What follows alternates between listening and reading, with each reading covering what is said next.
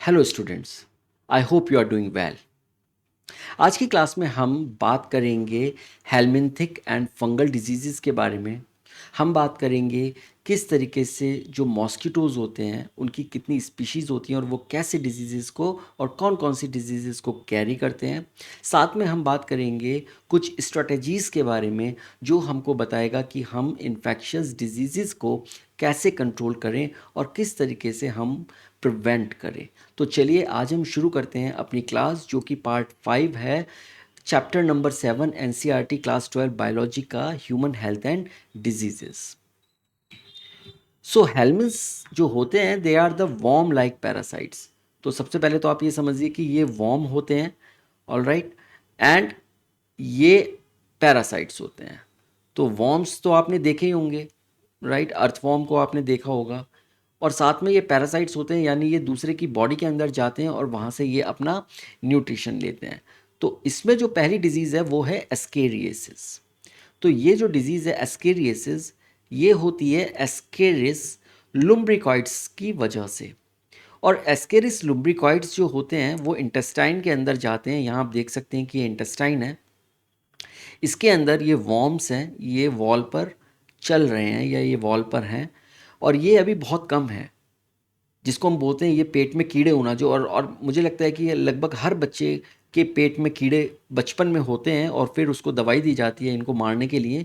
तो ये जो एस्केरिस लुम्ब्रिकॉइड्स हैं ये इंटेस्टाइन की वॉल पर अभी देख रहे हैं आप, और अगर इनकी नंबर बहुत ज़्यादा बढ़ जाता है तो क्या करेंगे कि ये इसको इंटेस्टाइन को ही ब्लॉक कर देंगे। इतने ज़्यादा ये नंबर में बढ़ जाएंगे और ये जो खाना आता है उस खाने को एब्जॉर्ब नहीं होने देते। तो ये एस्केरिस लुम्ब्रिकॉइड्स की वजह से होता है, और इसका जो मोड ऑफ ट्रांसमिशन या वेक्टर होता है वो होता है ingestion of eggs through contaminated food, vegetables और water, that is faeco oral route. तो जो भी खाना, चाहे वो सब्जियां हैं, चाहे वो पानी है या वो खाना है, अगर वो इनके अंडों से या इनके जो एग्स हैं उससे कंटामिनेटेड होगा तो वो एग्स आपके बॉडी के अंदर जाएंगे और वो इंटेस्टाइन के अंदर जाके वहाँ पर ये इंटेस्टाइन इसको कंटामिनेट कर देंगे, आपकी इंटेस्टाइन को इन्फेक्ट कर देंगे। और इसके जो मेन सिम्टम्स होते हैं, अक्सर देखते हैं बच्चों के पेट में दर्द होता है, एब्डोमिनल पेन, इनडाइजेशन, खाना जो खाते हैं वो पचता नहीं है, और वो काफ़ी शिकायतें रहती हैं पेरेंट्स की कि बच्चा तो बहुत हम खिलाते हैं लेकिन वो बड़ा नहीं हो रहा, वो वीक है बहुत ज़्यादा और उसको भूख नहीं लगती कभी कभी।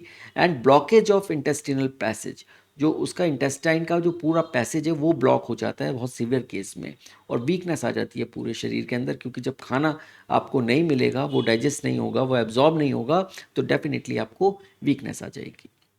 तो that is because of this ascaris lumbricoids.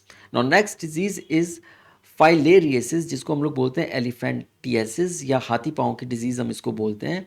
और ये जो होती है वो होती है वुचरेरिया बैनक्रॉफ्टी की वजह से या वुचरेरिया मलाई की वजह से। तो यहाँ पर आप देख सकते हैं ये पैरासाइट है और किस तरीके से ये लंबा पैरासाइट है, बिल्कुल एस्केरिस की तरह ही है दिखने में, बिकॉज ये वॉर्म्स होते हैं और लगभग सारे वॉर्म्स आपको ऐसे ही मिलेंगे। और यहाँ आप देखिए कि ये इस डिज़ीज़ की वजह से ये पाँव तो नॉर्मल है इसका, लेकिन ये पाँव एक बहुत ही बड़ा, बहुत ज़्यादा स्वेल कर गया है, और इसीलिए हम लोग इसको बोलते हैं हाथी पाँव, क्योंकि ये इसकी जो शेप हो जाती है वो हाथी के पाँव की तरह हो जाती है, बहुत बड़ी हो जाती है। ऑलराइट, तो ये जो होता है वो होता है क्यूलैक्स मॉस्किटो, इसका वेक्टर है, उसके काटने से होता है। जो फीमेल क्यूलैक्स मॉस्किटो है वो इसको कैरी करती है और वो दूसरे की बॉडी के अंदर उसको इन्फेक्ट करा देती है। इसके जो मेन सिम्टम्स होते हैं वो होते हैं स्वेलिंग ऑफ लैग्स, स्क्रॉटम और breasts due to lymph blockage, fever होता है और इन्फ्लेमेशन हो जाता है। ऑल राइट, तो स्क्रॉटम जो होता है, जो लोग नहीं जानते, स्क्रॉटल सैक या स्क्रॉटम हम बोलते हैं वो एरिया आपकी बॉडी का, वो पार्ट जिसके अंदर टेस्टिस होता है मेल के अंदर, उसको हम लोग स्क्रॉटम बोलते हैं। और ब्रेस्ट जो होते हैं वो बेसिकली आपके फीमेल का पार्ट होता है, राइट। तो ये दोनों में होता है और वहाँ पर लिम्फ ब्लॉकेजेस हो जाती हैं जिसकी वजह से ये प्रॉब्लम होती है। ओके, नाउ हम बात करते हैं मॉस्किटोज एज ए वैक्टर की। तो अब मॉस्किटोज की डिफरेंट स्पीशीज़ होती हैं, इसमें एनोफ्लीज है, क्यूलेक्स है और एडीज है। जो एनोफ्लीज स्पीशीज़ होती है वो प्लाज्मोडियम को कैरी करके मलेरिया को कॉज करती है, और जो प्लाज्मोडियम वाइवैक्स, फैल्सीपैरम, मलेरिया और ओवेल, चार स्पीशीज़ जो हमने पिछली क्लास में डिस्कस करी थी, उसको ये ले जाती है और उसको नए बॉडी में डालती है और उससे मलेरिया होता है। ये यूजुअली रात में काटते हैं मच्छर, और ये जो क्लीन वाटर के अंदर ये ब्रीड करती है, यानी एनोफ्लीज की जो ब्रीडिंग होती है वो क्लीन वाटर में होती है, साफ़ पानी में होती है। तो पानी की टंकियाँ जो होती हैं ऊपर, अगर आप देखें आपके घर की छत पर, जिसमें ढक्कन नहीं लगा होता है या खुले पानी होता है, या आपका पानी के जो आप चिड़ियाओं को देने के लिए पानी रख देते हैं, या कूलर के अंदर पानी होता है, वहाँ पर इस तरीके की ये एनोफ्लीज आपको वहाँ पर ब्रीड करते हैं। देन क्यूलेक्स होता है। क्यूलेक्स जो होता है वो फाइलेरियसिस को कॉज करता है, जो हमने अभी देखा पिछली स्लाइड में।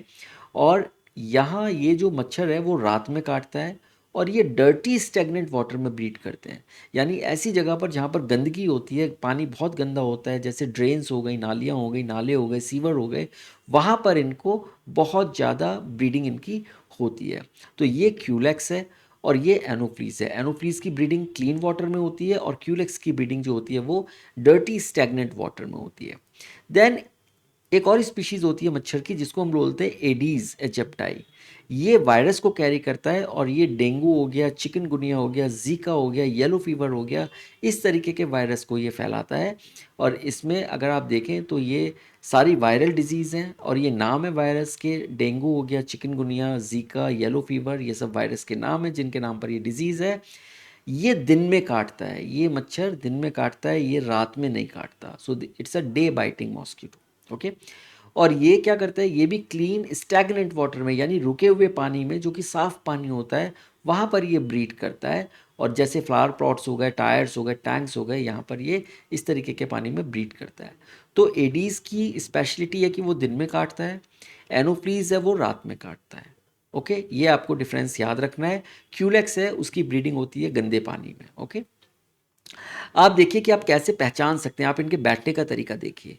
जब भी एनोफ्लीज बैठेगी बॉडी के ऊपर या कहीं पर भी, तो वो हमेशा एक एंगल पर बैठेगी। अगर आप देखें यहाँ पर इसका, ये देखिए आप, ये एक एंगल पर बैठी हो, जिसका हेड तो डाउन है, लेकिन जो उसका बैक है, जो उसका रियर एंड है, वो ऊपर उठा हुआ है। तो ये पहचान है कि ये जो मच्छर है ये एनोफ्लीज है। अगली बार जब आप मच्छर को देखें तो आप डिफ्रेंशिएट कर सकते हैं कि कौन सा मच्छर क्या है, सिर्फ उसके देखने से और उसके बैठने से। तो अगर आप देखेंगे तो ये इस तरीके से आपको बैठी हुई मिलेगी। क्यूलेक्स जो है वो थोड़ा सा प्लेन बैठता है, वो बिल्कुल सीधा बैठता है। अगर आप देखें इसके बैठने का जो स्टाइल है, और ये ऊपर थोड़ा उठा हुआ होता है, यानी ये जहाँ पर बैठता है, जिस सरफेस पर बैठता है, वहाँ से थोड़ा सा ऊंचा होता है, और ये लगभग सीधा बैठता है। ऑलराइट। लेकिन एडीज जो है ये भी सीधा ही बैठता है, लेकिन साथ में ये ऐसा लगेगा जैसे बिल्कुल नीचे ज़मीन से टच हो रहा है। तो इसका बैठने का जो है ये बहुत ज़्यादा ऊंचा नहीं बैठता, ये थोड़ा नीचे सरफेस के साथ टच करके बैठता है। तो ये डिफरेंस है एनोफ्लीज, क्यूलेक्स और एडीज़ में। और जब हम मॉर्फोलॉजिकली इनको देखते हैं तो इनके बैठने के स्टाइल से ही हमको ये पता लग जाता है कि ये पर्टिकुलरली कौन सा मॉस्किटो है। ओके, तो मुझे लगता है कि अब आप डिफरेंस आराम से कर सकते हैं कि कौन सा मॉस्किटो कहाँ है। नाउ अगर आप देखें यहाँ पर, तो ये एडीज, एनोफ्लीज और क्यूलेक्स, ये इनकी ओरिजिनल पिक्स हैं, और ये इनका लार्वा है। तो यहाँ पर ये लार्वा भी अगर पानी में अगर आप देखेंगे तो आपको इतना समझ में नहीं आएगा, लेकिन अगर आप इसको माइक्रोस्कोप के नीचे लेके जाएंगे तब आपको इनका डिफरेंस दिखाई देगा कि लार्वा अलग अलग तरीके का किस तरीके से है। तो ये लार्वा लार्वल स्टेज है, और ये मॉस्किटो की एडल्ट स्टेज है। ये एडीज है, ये एनोफ्लीज और ये क्यूलेक्स है। ओके। यहाँ पर आप देख रहे हैं ये जो टमी है इसकी रेड दिखाई दे रही है, वो इस वजह से दिखाई दे रही है कि इसने अभी ताज़ा ताज़ा ब्लड को सक किया है। तो जब ये ब्लड सक करती है तो इसकी जो टमी हो जाती है, वो ये एब्डोमिनल पार्ट है, ये इसका रेड हो जाता है। ओके। नाउ अब हम बात करते हैं फंगल डिजीज़ के बारे में। तो फंजाई जो होते हैं जिसकी वजह से डिजीज़ होती हैं, ये यूकैरियोटिक ऑर्गेनिजम्स होते हैं, जो कि यू एग्जिस्ट करते हैं या तो यूनिसेलुलर ईस्ट की फॉर्म में या फिर फिलामेंटस मोल्ड की फॉर्म में। तो इस तरीके से अगर ये फिलामेंट है तो हम उसको मोल्ड बोलते हैं, और अगर वो यूनिसेल्युलर है तो हम उसको ईस्ट बोलते हैं। इनके अंदर क्लोरोफिल नहीं होता, और इनके अंदर किसी तरीके का कोई वैस्कुलर टिश्यू नहीं होता, इसीलिए इनको एक अलग डोमेन दिया गया है।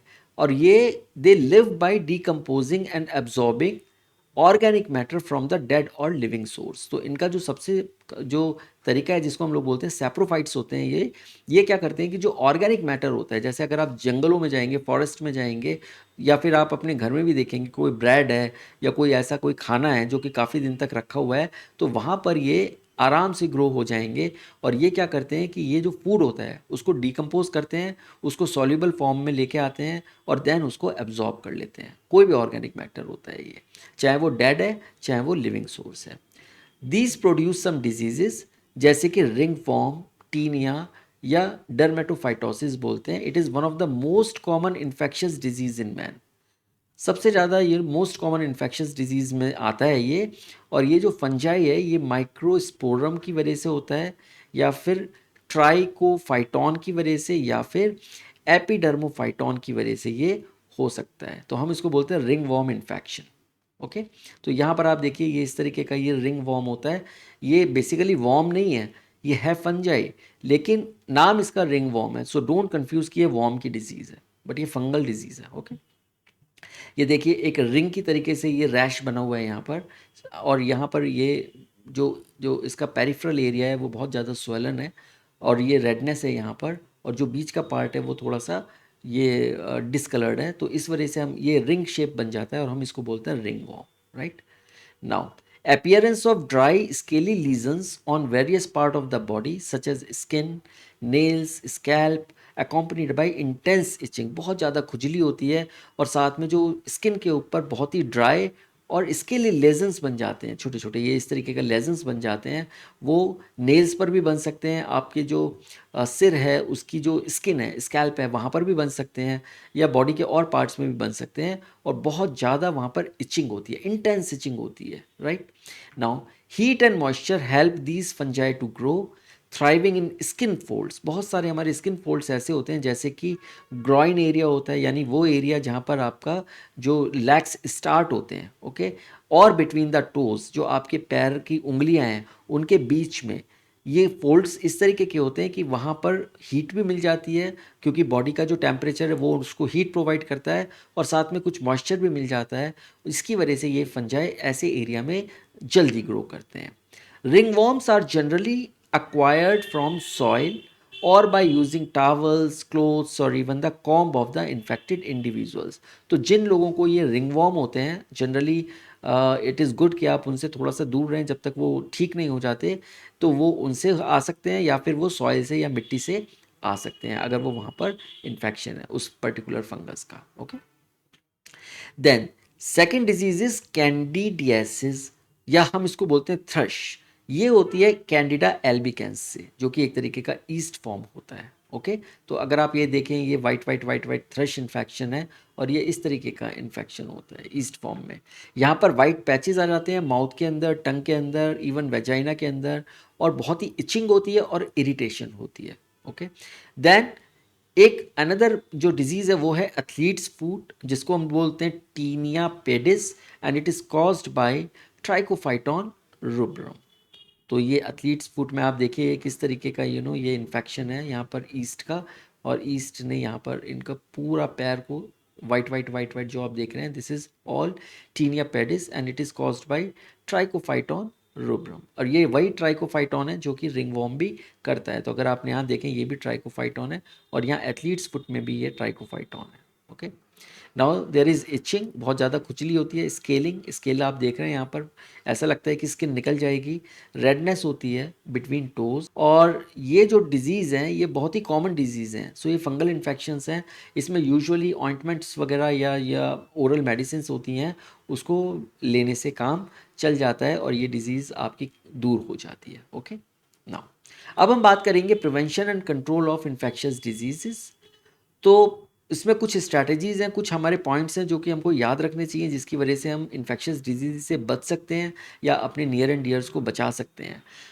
पहला है जनरल हाइजीन एंड सैनिटेशन, यानी सबसे पहले तो साफ़ सफाई की बहुत ज़्यादा ज़रूरत होती है, पर्सनल लेवल पर और कम्युनिटी लेवल पर। पर्सनल मतलब आपको अपनी पर्सनल हाइजीन का ध्यान रखना है, और साथ में आपको कम्युनिटी लेवल पर जहाँ पर आपके पूरी घर के अंदर या बिल्डिंग के अंदर या सोसाइटी के अंदर या फिर कॉलोनी के अंदर किस तरीके का सैनिटेशन है वो हम लोग उसको देख सकते हैं और उसकी वजह से बच सकते हैं।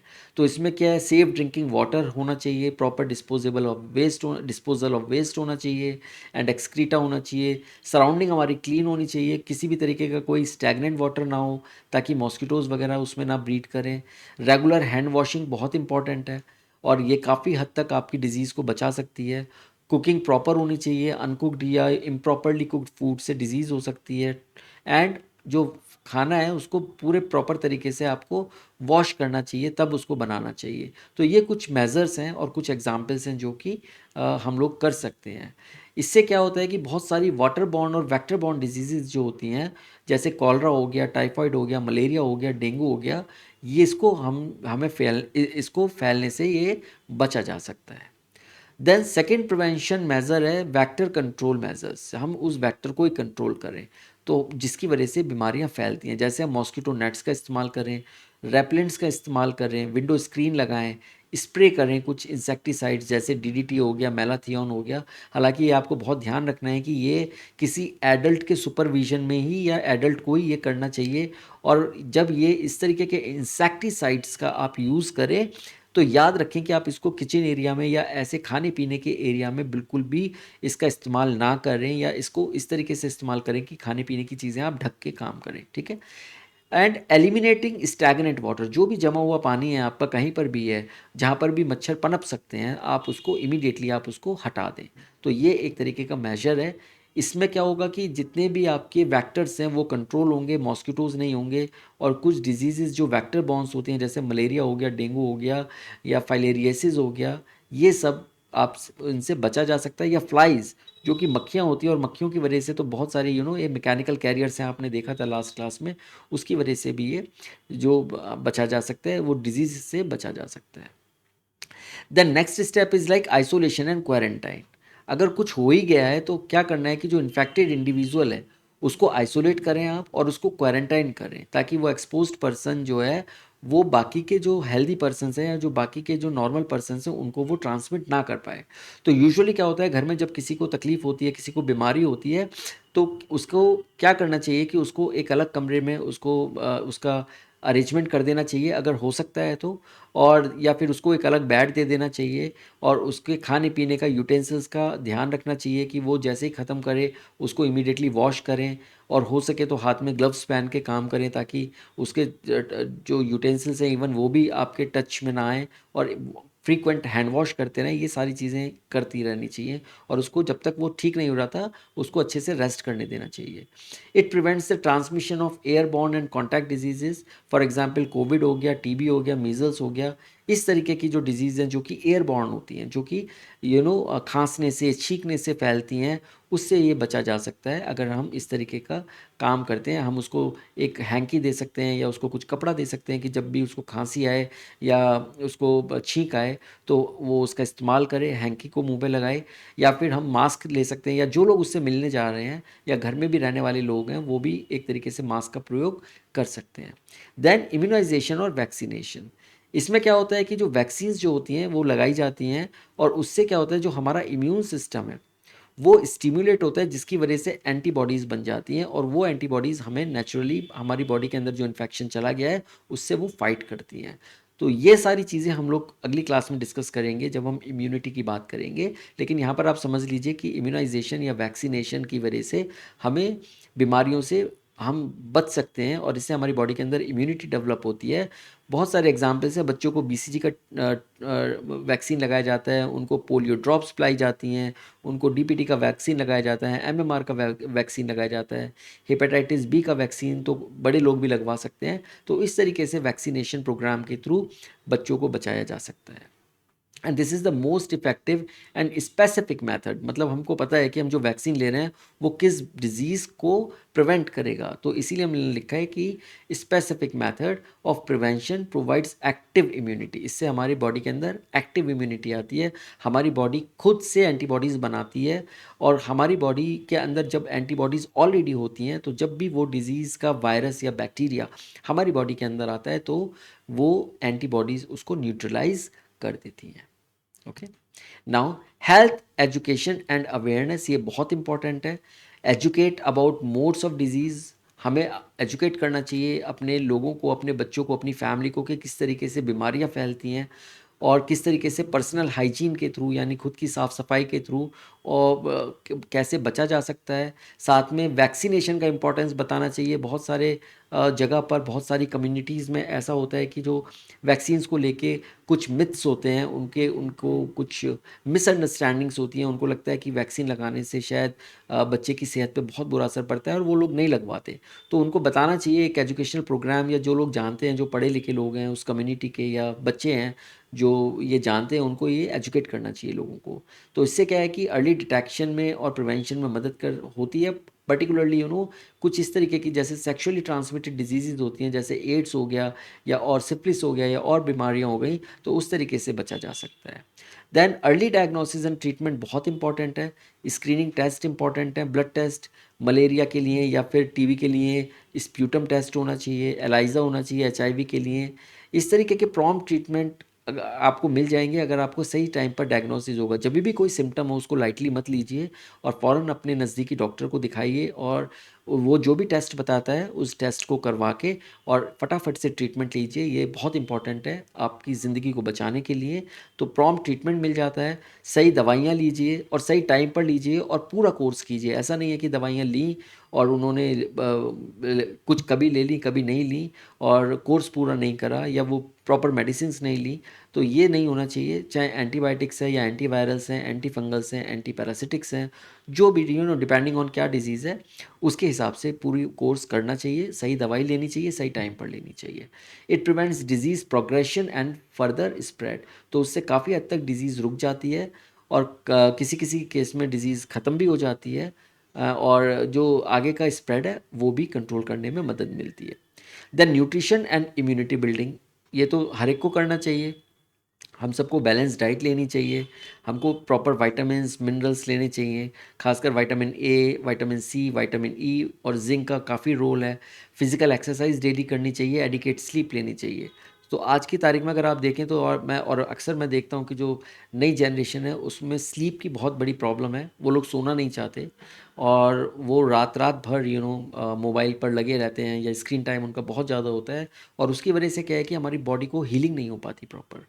तो स्लीप का जो काम है वो ये है कि हमारी बॉडी जो पूरा दिन थक चुकी है और उसको अब हीलिंग चाहिए, तो वो नहीं मिल पाती। और उसकी वजह से क्या है कि अगर आप शॉर्ट स्लीप साइकिल होगी आपकी, आप कुछ ही घंटे सोएंगे और फिर से आप वही उतना फैटीग वाला काम करेंगे, थकान हो जाएगी आपको, तो over the period of time आपकी बॉडी उसको रेजिस्ट करना शुरू करेगी और नई नई तरीके की डिजीजेस सामने आना शुरू हो जाएंगी।